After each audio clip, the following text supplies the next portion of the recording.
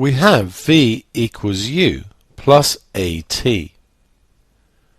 By first making the required letter the subject of the formula, we want to find u if v is equal to 8, a is 3, and t is 5. So our formula is v is equal to u plus a times t. The required letter is u. We can write u plus at is equal to v. Then subtracting at from both sides, u is equal to v.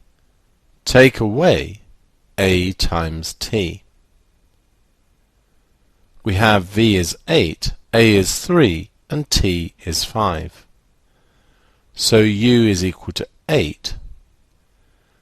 Take away 3 times 5. So u is 8. Take away 15,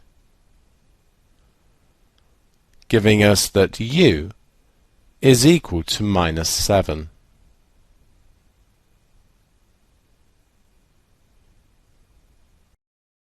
Note here how we've used BIDMAS. We can see here that the multiplication has been done before the subtraction.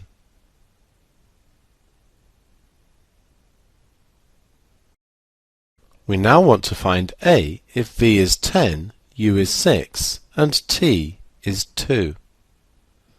Start with our formula v equals u plus at. Here a is the required letter. Start with u plus at is equal to v. Subtracting u from both sides leaves us with at on the left and gives v minus u on the right.